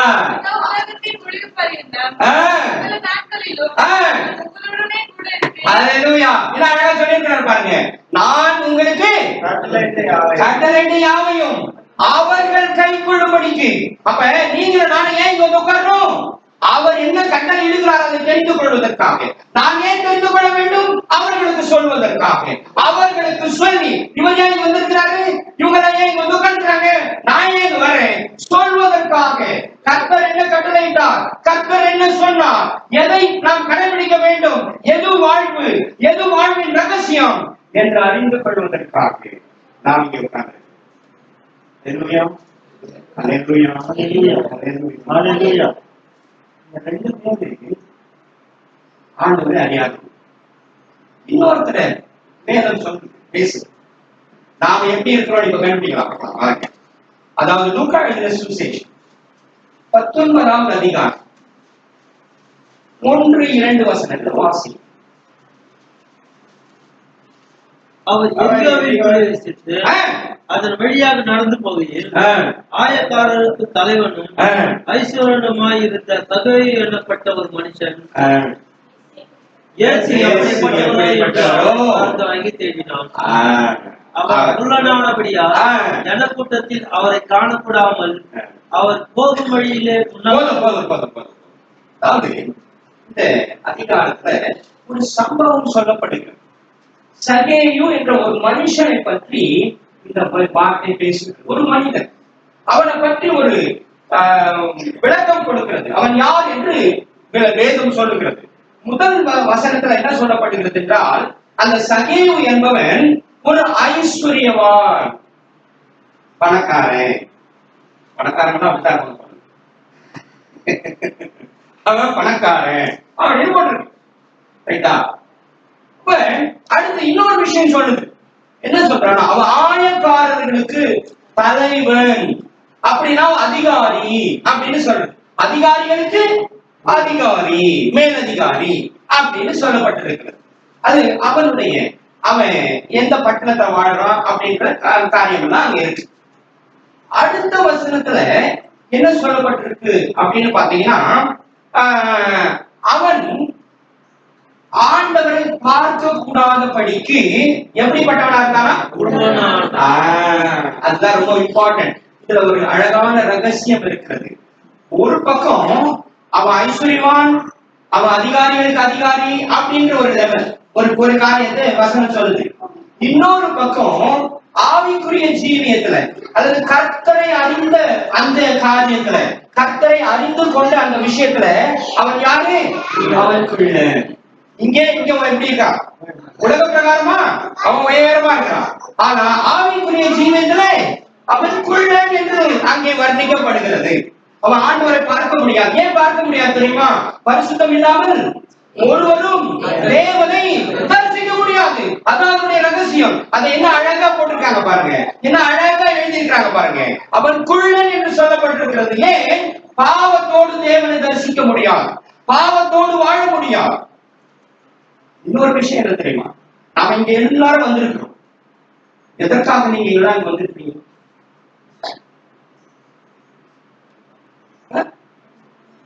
பரிசுத்தமா இருக்கணும்னா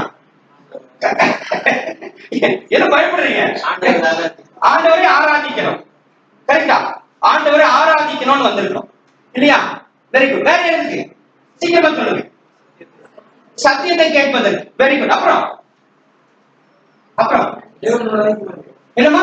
தேவனோட ஐக்கியமா இருப்பதற்கு. அப்புறம் சொல்ல மாட்டேன். நிஜமா சொல்லணும். நீ எதுக்கும் வந்த? நீ எதுக்கும் வந்த? நன்றி சொல்ல வந்திருக்க. சரி, வேற யாருமே சொல்ல மாட்டேன். எல்லாரும் ஒரு தேவையை பூர்த்தி சொல்லி செயல்படுவதற்காக இல்லையா? கண்டிப்பா தானே, உண்மைதானே? ஒருவேளை எனக்கு ஒரு பலகீனம் வரலனாக்கா நான் என்ன பண்ணிக்க மாட்டேன்? டைம் இல்லை, எனக்கு வேற வேலை இல்லையா? ஒரு பலகீனம், ஒரு போராட்டம், ஒரு பாடு, ஒரு கஷ்டம், ஒரு பிரச்சனை இல்லையா? அதனால நம்மளை கூட்டிச்சு. அதான் உண்மையை பேசணும். இப்ப யதார்த்தத்தை பேசுங்க. யதார்த்தம். ஏன்னா யதார்த்தத்தை நம்ம பேசுறோம்னா நம்ம புரிந்து கொள்ளவே முடியாது. ஆனால் இந்த சகேயு என்பவன் என்ன தெரியுமா பண்ணா? அவன் ஆண்டவர்கிட்ட எதையுமே எதிர்பார்த்து வரல. அதான் அவன் இருக்கிற விசேஷம். அவன் எதையுமே எதிர்பார்க்கல. அவன் எதிர்பார்த்த ஒரு எதிர்பார்ப்பு ஒன்று இருக்கிறது. ஆண்டவர் எப்படிப்பட்டவரோ. பாத்தீங்களா? யாரு? ஆண்டவர் எப்படிப்பட்டவரோ என்ற அந்த ஒரு எதிர்பார்ப்பு மட்டும்தான் இருந்துச்சு. நாம யாராவது அந்த நோக்கத்தோடு வந்தோமா? இன்ற வரைக்கும் இயேசு கிறிஸ்து யார்? இந்த பூமிக்கு ஏன் வந்தார்?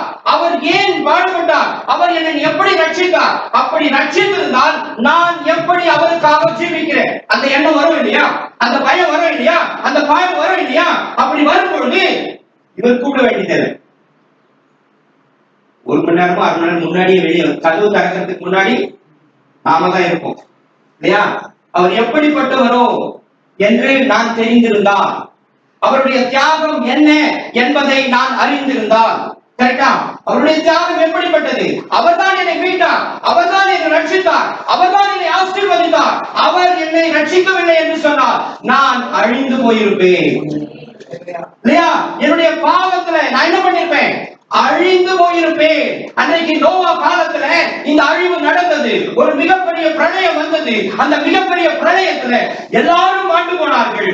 ஒரு குடும்பம் மட்டும் காப்பாற்றப்பட்டது. ஏன்? ஏன் அந்த குடும்பம் காப்பாற்றப்பட்டது?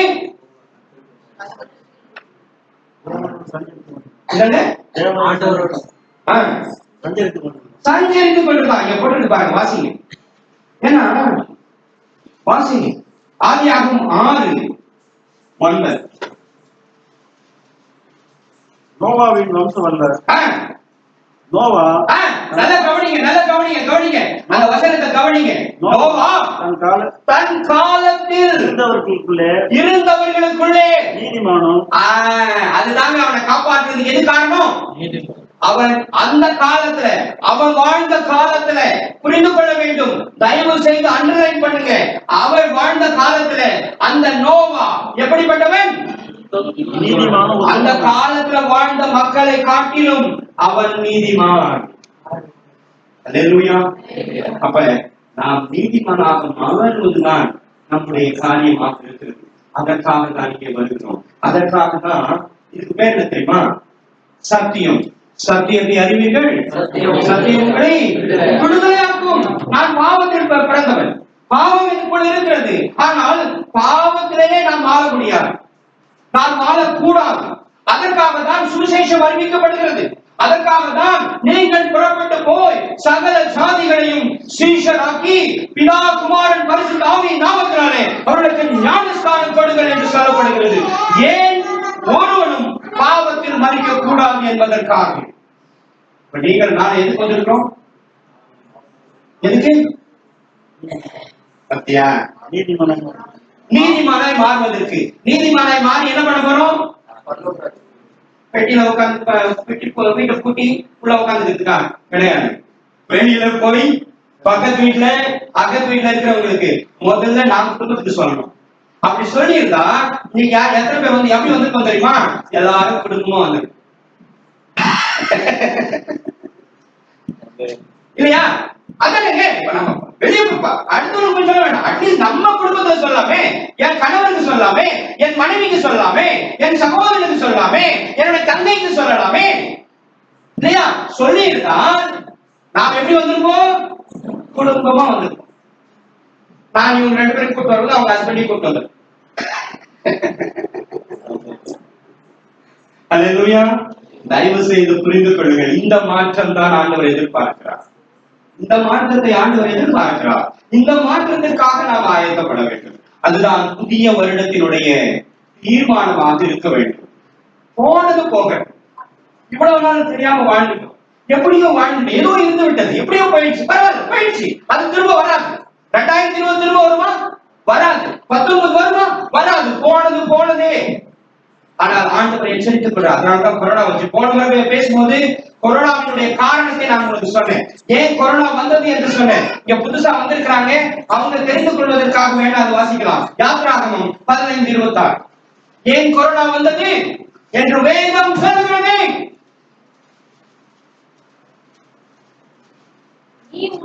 நீ உன் தேவனாகிய கர்த்தரின் சத்தத்தை கவனமாய் கேட்டு அவர் பார்வைக்கு செம்மையானவைகளை செய்து அவர் கட்டளைகளுக்கு செவி கொடுத்து அவருடைய நியமங்கள் யாவையும் கை கொண்டார். நான் எகிப்தியருக்கு வர பண்ணின வியாதிகளில் ஒன்றையும் உங்களுக்குள் வர பண்ணேன். ஹல்லேலூயா, ஹல்லேலூயா, ஹல்லேலூயா. பரிகாரி என்றால் என்ன தெரியுமா? I am the healer. Healer என்றால் என்ன தெரியுமா?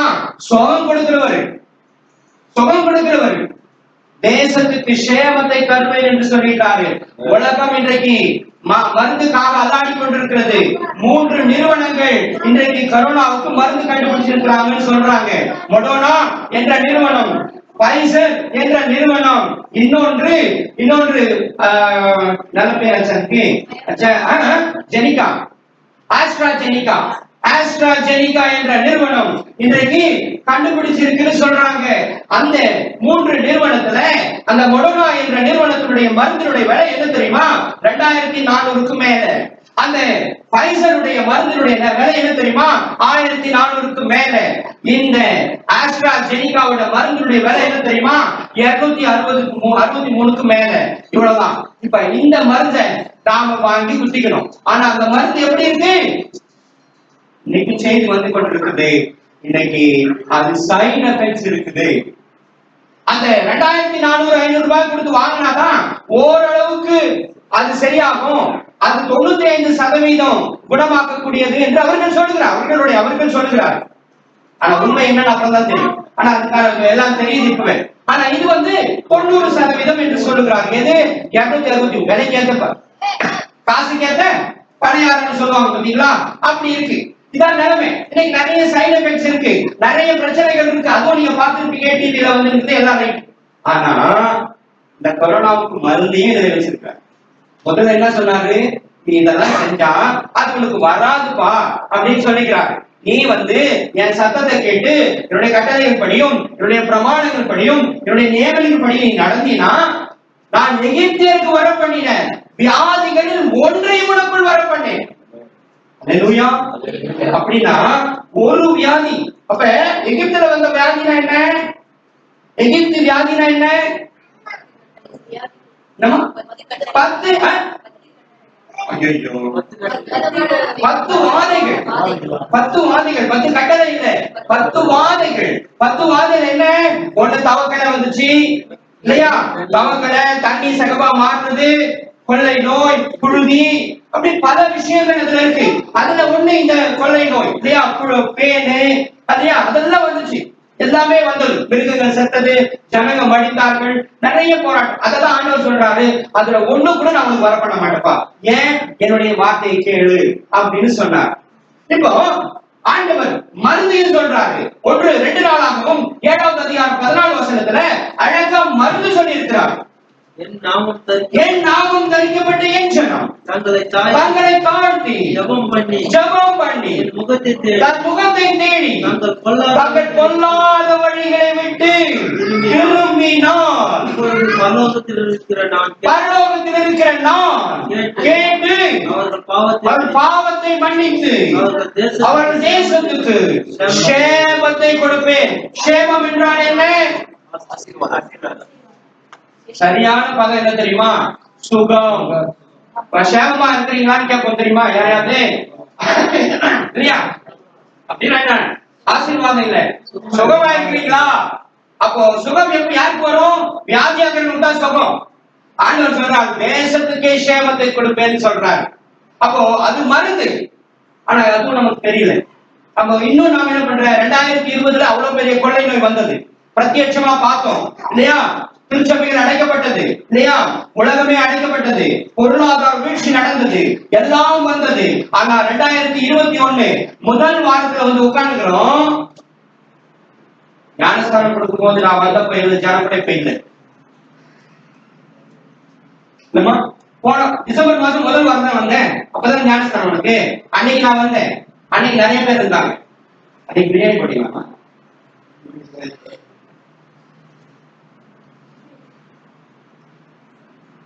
சிந்திக்கிறதுக்காக தப்பா நினைச்சுட்டேன். உண்மையிலே மாற்றங்கள் இவ்வளவு பெரிய ஆபத்தை கடந்து வந்திருக்கிறோமே, ஏன் மாறல? ஏன் மாற்றம் வரல? மறுபடியும் பழைய கதவு, பழைய குருடி கதவை தாண்டி போய் நேர வேண்டும். வியாபாரம், வருமானம், ஐயோ அங்க கிளைண்ட் வெயிட் பண்ணிக்கிறாரு, சமாதானம் அங்க கிளைண்ட் வெயிட் பண்றாரு, ரொம்ப அர்ஜென்ட், கடவுளை கூட அப்புறம் பார்த்துக்கலாம், அவரை பார்க்க யூஸ் பண்ண முடியாது, அப்படிதான் போயிடுறோம். அதான் வாழ்க்கை. அப்ப எப்ப மாற்றம் வர்றது? அதாவது இவ்வளவு பெரிய காரியங்கள் அந்த கௌதம புத்தர் அழகாக ஒரு விஷயத்தை கண்டுபிடிச்சாரு. ஆசைதான் துன்பத்துக்கு காரணம். அதுக்கு அழகான ஒரு வார்த்தை பதம் இங்க இருக்குது. அழகான பதம் இங்கே சொல்லப்பட்டிருக்கிறது. வாசிங்க. ஆதியாகமம் 3வது அதிகாரம் 6வது வசனம். அப்பொழுது இஸ்ரேலானவர் அந்த விருட்சம் புசிப்புக்கு நல்லதும். பாத்தீங்களா? அது நல்லா கவனிங்க. அந்த விருட்சம் புசிப்புக்கு நல்லதும், பார்வைக்கு இன்பமும், புத்தியை தெரிவிக்கிறதுக்கு இச்சிக்கப்படத்தக்க என்ன? ஆசை. பத்தியா என்ன அழகா போட்டிருப்பாரு. இங்க ஆண்டவர் சொல்லியிருக்காரு. என்ன சொல்றான்? அந்த பழத்தை தான் சாப்பிடாதுன்றாரு. இந்த அம்மா போய் அதை பாக்குறாங்க. பார்த்துட்டா அழகா அதை வர்ணிக்கிறாங்க. மறுபடியும் வாசிக்கிறதே புசிப்புக்கு நல்லது. ஆனா அது வானான்றாரு ஆண்டவர். அது வானா அப்படின்னு சொல்றாரு. இந்த மாதிரி நினைக்கிறாங்க. புசிப்புக்கு நல்லது, பார்வைக்கு இன்பம், அப்புறம் புத்தியை தெரிவிக்கிறதுக்கு இச்சிக்கப்படத்தக்க விருட்சமாய் இருக்கிறது என்று நினைத்து அதை பறித்து தானும் சாப்பிட்டு தன் கணவனுக்கும் கொடுத்தார்கள். அப்ப எப்ப மாறுறது? நான் முடிக்க போறேன். முடிக்கிறதுக்கு முன்பாக ஒரு 3 காரியத்தை மட்டும் நான் சொல்லி முடிக்க விரும்புகிறேன். இதான் ரகசியம். அதாவது வேதத்துல ஒரு அழகாக இப்ப நம்ம சகியை பத்தி பார்த்தோம். இப்ப நம்முடைய வாழ்க்கை மாறணும் இல்லையா? எத்தனை பேர் மாற்றத்துக்கு தயாரா இருக்கிறீங்க? எத்தனை பேர் மாற்றத்துக்கு தயாராகிறீங்க? இல்லையா? மன்னிக்கலையா? எல்லாரும் தயார் தானே? மாற்றம் வேணும். இதே போல நம்ம இன்னும் இருக்கக்கூடாது. தயவு செஞ்சு புரிஞ்சுக் கொள்ளுங்கள். மாற்றம் வேண்டும். இந்த சகேயு இந்த மாற்றத்தை தான் செய்தார். இந்த சகேயு மாற்றம் தான் செய்தார். முதல் காரியம் என்ன தெரியுமா? அவர் எப்படிப்பட்டவரோ என்று அவரை காண விரும்பினான். அதுக்கு பேர் என்ன தெரியுமா? வாஞ்சை, ஆர்வம் இல்லையா? அதான போட்டிருக்கு. அந்த வசனம் அப்படித்தானே சொல்லுது. அவர் எப்படிப்பட்டவரோ அப்படின்னு சொல்லி பார்க்க விரும்பினான். அது அவனுக்குள் வந்த வாஞ்சை. இப்ப வாஞ்சை வருகிறது இல்லையா? நிறைய பேருக்கு வாஞ்சை இருக்கு, எல்லாருக்கும் வாஞ்சை இருக்கு. சர்ச்சுக்கு போகணும்னு வாஞ்சை இருக்கு, பைபிள் வாசிக்கணும்னு வாஞ்சை இருக்கு இல்லையா? பைபிள் அப்புறம் குடும்ப ஜெபம் நடத்தணும்னு எத்தனை பேருக்கு வாஞ்சை இருக்கு இல்லையா? இருக்கு. குடும்ப ஜெபம் நடத்தணும்னு வாஞ்சை இருக்கு, சர்ச்சுக்கு போகணும்னு ஆசையா இருக்கு, நேரத்துக்கு போகணும்னு ஆசையா இருக்குது. கரெக்டா? எல்லாம் இருக்கு. ஆனா செயல்படுத்தும் போது மட்டும்தான்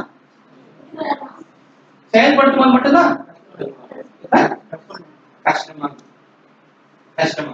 இப்ப அங்கதான் நாம ஒரு மாற்றத்தை கொண்டு வந்திருக்கோம். அங்கதான் சகேயுவை பின்பற்றோம். சகேயு என்ன பண்ண தெரியுமா? சகேயு ஆண்டவரை பார்க்க வேண்டும், அவர் எப்படிப்பட்டவரோ என்று பார்க்க வாஞ்சித்தான். அவனுக்கு அந்த வாஞ்சை வந்தது, ஆசை வந்தது. கரெக்டா? எல்லாருக்கும் அந்த ஆசை இருக்கு, கர்த்தருக்கு வரணும், ஜெபம் பண்ணணும், கர்த்தர் நல்லவர். எல்லாருமே ஆண்டவர் நல்லவர்னு தெரியும். அவர் நல்லவர், அவர் நல்லவர் வல்லவர் அப்படின்னு எல்லாருக்குமே தெரியும். ஆனால் பார்க்க வேண்டும், அறிந்து கொள்ள வேண்டும், தெரிந்து கொள்ள வேண்டும். ஆனால் யாருமே பைபிள் என்ன பண்ண முடியாது, கலந்து வாசிக்கிறது டைம் இல்லைங்க இல்லையா? வேலை இருக்குது, டைமே இல்லைங்க. ரொம்ப டைம் ஜெபம் பண்ண டைமே இல்லைங்க, சர்ச்சைக்கு வர டைமே இல்லை இல்லையா? அப்படிதான். ஆனா இங்கதான் சகேயு நம்மை காட்டிலும் வேறுபடுகிறான். நமக்கும் அவனுக்கும் வித்தியாசம் இருக்கிறது, வேறுபடுகிறான். எப்படி வேறுபடுகிறான் என்றால், அவன் நான் முதல்ல சொன்னேன் இல்லையா, அவன் யாருன்னு சொன்னேன்? குள்ளனை மறக்க மாட்டேன்றீங்க, குள்ளனை மறக்க மாட்டேன்றீங்க. ஐஸ்வர்யவான், நல்லா புரிஞ்சுக்க. ஒரு ஐஸ்வர்யவான் என்ன பண்ணுவான்? இல்ல, அவன் ஐஸ்வர்யம்னாலே அவன் பெரிய கெத்து இல்லையா? அவன் கெத்து காட்டுவான் தானே, அவன் கெத்து காட்டுவான்ல. அதிகாரி வேற, அதிகாரிக்கு அதிகாரி. அப்ப இன்னும் கெத்து காட்டுவானா மாட்டானா? அப்ப என்ன பண்ணணும்? அவன் என்ன பண்ணுவான்? அவன் போய் யாரையாவது அனுப்பி அவரை கொஞ்சம் கூட்டு வாப்பான். கரெக்டா? ஏன் இந்த மாதிரி யோசிக்க மாட்டேங்கிறீங்க? அவன் கூட்டு வருவான், கூட்டு வாப்பான்னு சொல்லுவான மாட்டான். எல்லா பேர்த்து போய் ரெக்கமெண்டேஷன் போறது இல்லையா? ஒரு வேலை வாங்கணும், நம்ம என்ன மினிஸ்டர் கிட்ட போறோமா இல்லையா? மினிஸ்டர் தெரிஞ்சவங்களை பாக்குறோம் முதல்ல. நமக்கு மினிஸ்டர் தெரியாது, ஆனா மினிஸ்டர் யார் தெரியும்? இப்ப அம்மா பிடிச்சாங்க வாங்கிடலாம், வேலை வாங்கிடலாம் அப்படின்னு தோணும் இல்லையா? அம்மா பிடிச்சா பிடிச்சிடலாம், ஒரு அந்த இடத்துக்கு போயிடலாம் அப்படின்னு நினைப்போம் இல்லையா? அதெல்லாம் அவன் பண்ணவே இல்லை. அதான் முக்கியம். அதெல்லாம் அவன் பண்ணவே இல்லை. அவன் தன்னுடைய ஐஸ்வர்யத்தை பயன்படுத்தல, தன்னுடைய அதிகாரத்தை பயன்படுத்தவே இல்லை. அவன் என்ன செய்கிறான்? ஆண்டவருக்கு முன்பாக ஓடி போய் காட்டத்தின் மரத்தின் மேலே ஒரு ஐஸ்வர்யவான் செய்யற வேலையாக யோசிப்பார். ஒரு ஐஸ்வர்யவான் செய்வானா? நம்ம ஊர்ல நம்ம அதானி அபானி யாரும் சொல்றாங்க, அவங்க ஒரு மரத்து மேல ஏன் சொன்ன ஏறுவாங்களா? மரத்தை வேணா சாத்திடுவாங்க, மரத்தை சாத்திடுவாங்க. மரத்து மேல ஏறுவானா? ஏற மாட்டான், முடியும். உலகத்திலே நம்பர் 1 இல்லையா? உலக ஐஸ்வர்யவான நான் போய் மரத்து மேல ஏறா அப்படித்தானே சொல்லுவாங்க. இந்த ஐஸ்வர்யவான் என்ன பண்றான் தெரியுமா? ஓடி போய் மரத்து மேல ஏறி. அவர் எப்படிப்பட்டவரோ நினைக்கும் போது அவன் நிறைய கூட யோசிச்சிருக்கான். எங்க வீட்டுக்கு வருவாரா இல்லையா? சில நினைப்பாங்க இல்லையா, எங்க வீட்டுக்கு வருவாரா கூட்டா வருவாரா தெரியலையே, இவரை பத்தி நிறைய சொல்றாங்களே, ரொம்ப அற்புதமானன்னு சொல்றாரு, இப்ப சுகப்படுத்துறவன் சொல்றாங்களே, அவர் ரொம்ப வல்லமை உள்ளவன் சொல்றாரு, அவர் பரத்திலிருந்து வந்தவர் தேவனுடைய குமாரன் என்று சொல்லுகிறார்களே என்றெல்லாம் அவன் கேள்விப்பட்டிருக்கான் இல்லையா? தேவ தூதர்கள் அவனுக்கு உதவி செய்யறாங்க அப்படின்னு எல்லாம் சொல்லப்பட்டிருக்குதே. அதிசயமான ஒரு மனிதர், தேவ மனிதரை நான் பார்க்க வேண்டும் என்று உட்கார்றான். இப்படி யோசிச்சு பாருங்க. ஒருவேளை அந்த சகேயு யாரையாவது அனுப்பி ஆண்டவரே கொஞ்சம் வாங்க சகேயு கூப்பிடுறாருன்னா ஆண்டவர் போயிருக்க மாட்டாரா? போயிருப்பாருன்னா யார் கூப்பிட்டாலும் வருவார். அதனாலதான் நீ கூப்பிட்டாலும் வந்திருக்கிற. நீ கூப்பிட்டாலும் வந்தாரா வரலையா? அப்புறம் எப்படி வரலான்னு சொல்ற? நீயே அனுபவிச்சுட்டு வரலன்ற நியாயமா இது? நீயே அனுபவிச்சுட்டு வரலன்ற அவர் வந்துகிறார். நீ கூப்பிட்ட வந்தா, நீ ஒரு ஆபத்துல இருந்த, உங்க அம்மா கூப்பிட்டாங்க, ஐயோ என்னை காப்பாற்றுங்க அப்படின்னு கூப்பிடும் போது ஆண்டவர் வந்தா. எல்லாரும் கூப்பிட்டாலும் வருவார், யாரு கூப்பிட்டாலும் வருவார். சின்ன பிள்ளை கூப்பிட்டாலும் வருவார், பெரியவங்க கூப்பிட்டாலும் வருவார், அவருடைய விரோதி கூப்பிட்டாலும் வருவார். ரைட்டா? அவர் கூப்பிட்டு நான் உன்னை சிலுவையில் அறைய போறப்பா, நீ வா அப்படின்னா வாப்பா நான் ரெடியாகிறேன் அப்படின்னு வருவார் கண்டிப்பா. சரி வந்திருப்பார். வந்திருந்தா எப்படி பார்த்திருப்பார்? ஒரு சின்ன கற்பனை. சீக்கிரம் சகையை கூப்பிடுறாரு. சகையை விட்டு ஆண்டவர் வராரு. ஆண்டவர் சகையை எப்படி பார்த்திருப்பார்? பத்தியா மறந்துட்டீங்க. பத்தியா இவரே தான் ஒண்ணு சொன்னாரு. இதுக்கு முன்னாடி ஒண்ணு சொன்னாரு. இப்ப அவர் பார்த்து சொல்றாரு. இப்ப சொன்னாரு இப்ப சொல்லுங்க. கரெக்ட். இப்ப சொல்லுங்க எப்படி பாப்பாரு? எங்க குள்ளன் எப்படியா பாப்பாரு? ஐயா நீங்க கவனிக்கல. நீங்க கவனிக்கல. நான் கரெக்ட். நீங்க கவனிக்கல. நீங்க கவனிக்கல. நீங்க கரெக்டா நீங்க கவனி. நான் என்ன கேட்டேன் தெரியுமா? ஆண்டவர் வந்து இப்ப சகையை கூட்டு வந்தா. சகையை கூட்டு வந்தா மணி யார்கிட்டயே சொல்லி ஆண்டவர் வாங்க சகையை கூப்பிடுறாருன்னு கூப்பிட்டு வந்தா அவர்கிட்ட வந்து சகையை எப்படி பார்த்திருப்பாரு? இப்ப எப்படி பாக்குறாரு? அதாங்க வித்தியாசம். இப்ப சகையை உயரமாக்குறான். முதல்ல உள்ளமா இருந்தான். பத்தியா மனசுல மாற்றம் வந்துச்சா? அவனுடைய செயல் மாற்றம் கொண்டு வந்தது. இதை நீங்க கவனிக்கணும். நாம் செய்கிற செயல் தான் நம்மை மாற்றுகிறது. அல்லேலூயா. புரியுதா உங்களுக்கு? பத்தியா எவ்வளவு நேரம் கை தட்டி தேவனை மகிழ்ச்சிப்படுத்துறாங்க.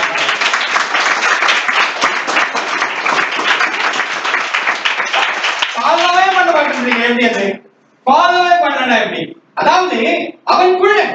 ஆனா அந்த குள்ளனான மனுஷன் தேவனை பார்க்க கூடாதபடிக்கு குள்ளன் என்று போடப்பட்டிருக்கிறது. ஆனா இப்போ அவன் மேல நிக்கிறான். ஆண்டவர் இப்படி பார்த்து சகையவே இறங்கி வாரா, இன்னைக்கு உங்க வீட்டுல தங்கணும். அவன் கேட்டானா ஒண்ணும் சொல்ல. மேல ஏறி நின்னுங்க அவ்வளவுதான். அவன் யாருன்னே தெரியாது. சகையவை ஏற்கனவே தெரியுமா ஆண்டவருக்கு? யாரும் சொல்லல. அவன் பேர் தெரியாது, ஒண்ணுமே தெரியாது. ரோட்ல போறாரு. இவன் ஓடி போய் அவருக்கு முன்பாக இப்ப இங்க ஆண்டவர் போயிருக்கிறாருன்னா அங்க போய் அந்த மூலையில இருக்கிற ஒரு மரத்து மேல ஏறி நின்று அவன் வெயிட் பண்ணி பார்த்துனே இருக்கிறான். ஆண்டவர் வராரு. அந்த மரத்துக்கிட்ட வந்து சகையவே இறங்கி வா, நான் உங்க வீட்டுல தங்கணும், வா வா வான்னு கூப்பிடுறான்.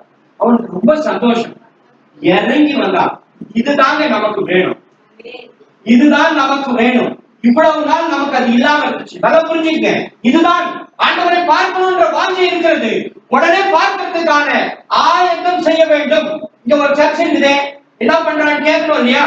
இங்க அங்க எத்தனை முறை வந்தாலும் திரும்ப திரும்ப ஒரே விஷயத்த சொல்லுகிறார். இவர் வந்தாரு பைபிள் கொடுத்தாரு, இவர் வந்தாரு பைபிள். சரி பைபிள் கொடுத்தமே எத்தனை பேர் வந்தாங்க? யோசிக்கணுமா வேண்டாம்? அட்லீஸ்ட் நானும் வந்திருக்கிறேன். நானும் நீ பைபிள் வாங்கியாமா வா, இல்ல பைபிள் வேணுமா நான் வாங்கி தரேன் அப்படியா சொல்லுவேன். எதுவுமே செய்யலன்னா எப்படி? அதுதாங்க முயற்சி. அங்கே முயற்சி இருந்தது. அவன் தன்னுடைய ஐஸ்வர்யத்தை அவன் பார்க்கல, தன்னுடைய அதிகாரத்தை அவன் பார்க்கல, எல்லாத்தையும் தூக்கி போட்டான். அவன் மனசுல ஒன்னே ஒண்ணு மட்டும் இருந்துச்சு, நான் தேவனை பார்க்க வேண்டும், நான் ஆண்டவரை பார்க்க வேண்டும், அவர் எப்படிப்பட்டவரோ நான் தெரிந்து கொள்ள வேண்டும். நம்பர் 1 நமக்கு தேவையானது என்னது?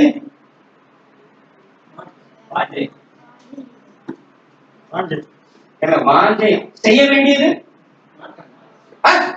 மாற்றம் வேற யாரு? மாற்றம். மாற்றம் பத்து மாதிரி ஏறணும் இல்லையா? அவன் பத்து மாதிரி ஏறணும். நீங்க எங்க எதுல ஏற போறீங்க? அதான் பாயிண்ட். நீங்க என்ன பண்ண போறீங்க? மாற்றம். Very good. நம்பர் 1. சரி, வெறும் மாற்றம் மட்டும் அவன் செய்யலைங்க. இப்ப அடுத்த வசனத்தை வாசி. இப்ப அந்த வசனத்தை வாசி. இரண்டாவது முக்கியமான விஷயம், நம்ம புரிந்து கொள்ள வேண்டிய விஷயம். வருகிறான். இப்ப ஆண்டவர் பேசுறார். அவன் வர சொல்றான். கீழே இறங்குறான். அவன் சீக்கிரமாய் இறங்கி சந்தோஷத்தோட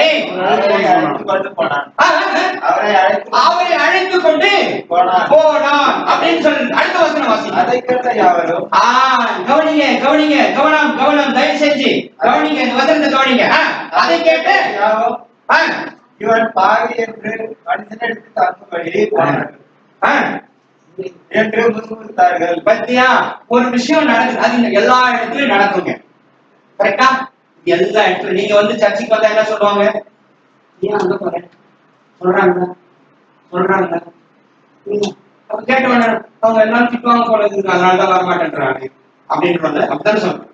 அவங்க எல்லாம் எங்க வீட்டுல இருக்கிறவங்க திட்டுறாங்க, ஊர்ல இருக்கிறவங்க என்ன நினைச்சுக்குவாங்களோ தெரியல, நான் சர்ச்சைக்கு போனா என்ன நினைச்சுக்குவாங்களோ அப்படிதாங்க நினைக்கிறோம். பெரும்பாலான மக்களுடைய அபிப்பிராயம் இதுதான். இப்ப அதே முறுமுறுப்பு அங்க நடக்கிறது, சகேயு கிட்ட அதே முறுமுறுப்பு நடக்கிறது. இப்ப சகேயு என்ன தெரியும் பண்ணா, கர்த்தரை நோக்கி ஆண்டவரே, என் ஆஸ்திகளில் பாதியை ஏழைகளுக்கு கொடுக்கிறேன். நான் ஒருவனிடத்தில் எதையாகிலும் அநியாயமாய் வாங்கினது உண்டானால் நாளத்தனையாய் திரும்ப செலுத்துகிறேன் என்றான். அல்லேலூயா. இதுக்கு பேரு தாங்க செயல். இதுக்கு பேரு தான் ஆண்டவர் சொன்னாரா, அவனை கூப்பிட்டு நான் அவன் கேட்கல, அவர் சொன்னார் நான் வீட்டுக்கு வரேன்னு சொன்னார். அப்ப வரும்போது மக்கள் சொல்றாங்க, ஐயோ இவர் பரிசுத்தர். யாரு? ஆண்டவர் பரிசுத்தர். அவங்களுக்கு நல்லா தெரியுது. அவங்க என்ன சொல்றாங்க, ஒரு பாவியான மனுஷன் அவனோட போறாரு, அவங்க வீட்டுக்கு போறாரு, நியாயமா தப்பு இல்லை அப்படின்னு சொல்றாங்க. உடனே அது அவன் காதுல விழும் இல்லையா, பக்கத்துல பேசுறாங்க, அவன் காதுல விழுது. அவன் உடனே சொல்றான் ஆண்டவர்கிட்ட, ஆண்டவரே நான் பாவியான மனுஷன் தான். அப்ப என்ன பாவத்தை எப்படி பாவம்னு சொல்றாங்க, நான் அநியாயமாய் சம்பாதித்தேன், அநியாயமா பொருள் ஈட்டினேன், என்னுடைய காலத்தெல்லாம் நான் பொருள் ஈட்டு வந்ததே, நான் என்னுடைய காலத்தை செலவிட்டேன். அலெக்சாண்டர் செஞ்ச மாதிரியே செஞ்சான். அவனுடைய காலம் எல்லாம் என்ன, சம்பாதிக்கணும், ஆட்சியை பிடிக்கணும், எல்லா நாட்டையும் சேர்த்துக்கணும், அதுதான் அவனுடைய நோக்கமாக இருந்தது. இப்ப ஆண்டவர் அவனுக்குள்ள வந்து விட்டார். யாருக்குள்ள? சகேயுக்குள்ள. இது அலெக்சாண்டருக்குள்ள வந்திருந்தால் சகேயை மறித்திருக்க மாட்டான். இது அலெக்சாண்டர் மாவீரன் என்ன பண்ணிருக்க மாட்டாரு, மறித்திருக்க மாட்டார். அதுக்கு யாரும் சொல்லல. இங்கே ஒரு நிகழ்வு, அந்த வழியாக ஆண்டவர் போகிறார். அவர் எப்படிப்பட்டவரோ என்று பார்க்க ஓடுகிறார். ஓடின மனுஷன் இப்ப அவன் சொல்றான், ஆண்டவரே நான் எல்லாவற்றையும் கொடுத்து விடுகிறேன். இப்ப நல்லா யோசிங்க, ஒரு முக்கியமான பாயிண்ட் நடக்கும், முக்கியமான கட்டத்துக்குள்ள வந்து சகேயு என்ன சொல்றான், அந்த வசனத்தை வாசிங்க. கர்த்தரை நோக்கி ஆண்டவரே என் ஆஸ்திகளில் பாதியை இப்ப அங்கேயே நிறுத்துங்க. இப்ப சகேயு கிட்ட ஒரு 50 கோடி இருக்குன்னு வச்சு, எவ்வளவு? 50 கோடி, 25 கோடி கொடுத்துட்டான். இப்ப அவங்ககிட்ட எவ்வளவு இருக்குது? 25 இருக்குது. அவன் எப்படி சம்பாதிச்சான்னு சொல்றான், அநியாயமா சம்பாதிச்சு எவ்வளவு கொடுக்குறான், 4 ஏங்க ஒருத்தங்கிட்ட 100 ரூபாய் வாங்கியிருப்பான் இல்லையா, ஒருத்தங்கிட்ட 100 ரூபாய் வாங்கியிருந்தா எவ்வளவு கொடுக்கணும், இப்போ 400 ரூபாய் கொடுக்கணும். இப்ப அவங்ககிட்ட இருக்கிறது எவ்வளவு இருக்குது? 25 கோடி தான். 50 கோடி தான் அவன் சேர்த்தது. இப்ப 50 கோடி 25 கோடி கொடுத்துட்டான், இருக்கிறதே 25 தான். இப்ப எவ்வளவு கொடுத்தாலும் என்ன ஆகணும், பாப்பர் ஆயிடும். கரெக்டா? எல்லாத்தையும் கொடுக்கணும். அப்பவும் கடைக்காரனா தான் இருப்பான், கொடுத்தும் பிச்சர் நிறைய வாங்கியிருப்பான் இல்லையா, கொடுத்தும் இப்ப அவன் என்ன ஆயிட்டான், பிச்சைக்காரன் ஆயிட்டான். கரெக்டா? அவன்கிட்ட ஒண்ணுமே கிடையாது. அதான் அங்க சொல்லுது வசனம், அப்படிதான் பேசுது. பாதியை கொடுத்துறான், அப்புறம் 4 திரும்பி கொடுக்குறான். யார்கிட்ட அநியாயமா வாங்கியிருந்தா அதையும் நான் கொடுத்துடுறேன். இப்ப அவன்கிட்ட ஒண்ணுமே இல்லை. இப்ப அவன் சொல்றான், நான் பெருமையாக்கப்படுகிறேன், ஆனால் எனக்குள் கர்த்தர் இருக்கிறார். அல்லேலூயா. பாருங்க எவ்வளவு பெரிய ஆசீர்வாதத்தை அவன் சொல்லிட்டு கொண்டான் பாருங்க. தன்னுடைய இடத்தை அவன் எவ்வளவு அழகா தன்னுடைய மனசை இப்ப ஓபன் பண்ணி, அந்த மனசுல எதுவுமே இல்லை, இப்போ எல்லாமே வெறுமை ஆகிவிட்டது. இப்ப அந்த மனசுக்குள்ள யார் இருக்கிறாரு?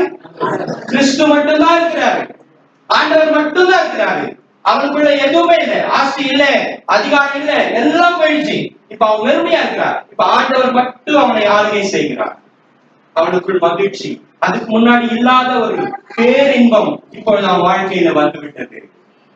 இதுதாங்க நாம பெற வேண்டியது. இதை பெறுவதற்காக தான் நாம் ஆலயத்திற்கு வருகிறோம். இந்த நித்திய அதான் அந்த வசனம் நமக்கு சொன்னது. எந்த வசனம்? நாம வாசிச்சோம் இல்லையா, என்ன வசனம்? அழிந்து போகிற போஜனத்துக்காக நம்ம என்ன பண்ணக்கூடாது, சொல்ல மாட்டேங்கிறீங்க. அழிந்து போகிற போஜனத்துக்காக அல்ல, நித்திய ஜீவன் வரைக்கும் நிலை நிற்கிற போஜனத்திற்காக நாம செய்ய வேண்டிய கிரியை எது?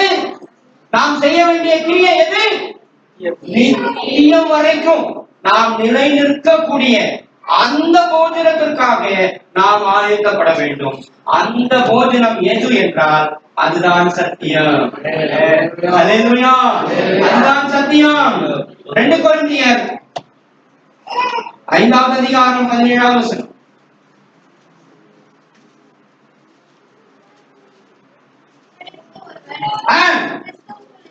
கிறிஸ்துவுக்குள் இருந்தால் புது சிருஷ்டியாய் இருக்கிறார். பழையவைகள் ஒழிந்து போயின. பழைய காரியங்கள், பழைய எண்ணங்கள் எல்லாம் ஒழிந்து கொண்டு சகேயின் வாழ்க்கையில இருந்தது புது சிருஷ்டியாய் மாறி போனான். பழையவைகள் ஒழிந்து போயின. எத்தனை பேர் தயாரா இருக்கிறீங்க ஆண்டவருக்குள்ளே நீங்கள் உங்களை ஒப்புக் கொடுப்பதற்கு, உங்களை பழையவைகளை ஒழித்து புதியவைகளுக்குள் வருவதற்கு? ஒரு நிமிஷம் எல்லாரும் எழும்பி நிற்கலாம். ஒரு நிமிஷம் எழும்பி நிற்கலாம். ஒரு நிமிடம் எழும்பி நிற்கலாம். 2 கொரிந்தியர் 3வது அதிகாரம் 17வது வசனத்தை வாசி. இப்படி இருக்க ஒருவன் கிறிஸ்துவுக்குள்ளா இருந்தால் புது சிருஷ்டியாக கர்த்தரே ஆவியானவர், கர்த்தருடைய ஆவி எங்கேயும் அங்கே விடுதலை உண்டு. அல்லேலூயா, அல்லேலூயா, அல்லேலூயா, அல்லேலூயா.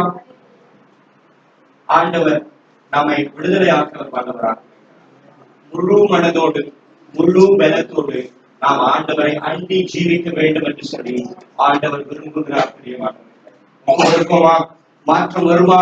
புது சிருஷ்டியாய் மாறுவதற்கு எத்தனை பேர் தயாராக இருக்கு? புது சிருஷ்டியாய் மாறுவது, புது சிருஷ்டியாய் மாறுவதற்கு பழையவைகள் ஒழிந்து போயின. நமக்குள்ள இருக்கிற பழைய காரியங்களை ஒழித்து விட்டு, அது எதுவானாலும் ஆண்டவருக்கு பிரியமில்லாத எல்லா காரியத்தையும் ஒழித்து போடுவதற்கு எத்தனை பேர் தயாராக இருக்கிறீர்கள்? 3 பேர் 4 பேர் தான் கை தூக்கி இருக்கிறாங்க. எல்லாரும் இன்னும் மனமாற்றம் வேண்டும். மனமாற்றத்திற்கு ஆயத்தப்படுங்க, ஒப்பு கொடுங்க.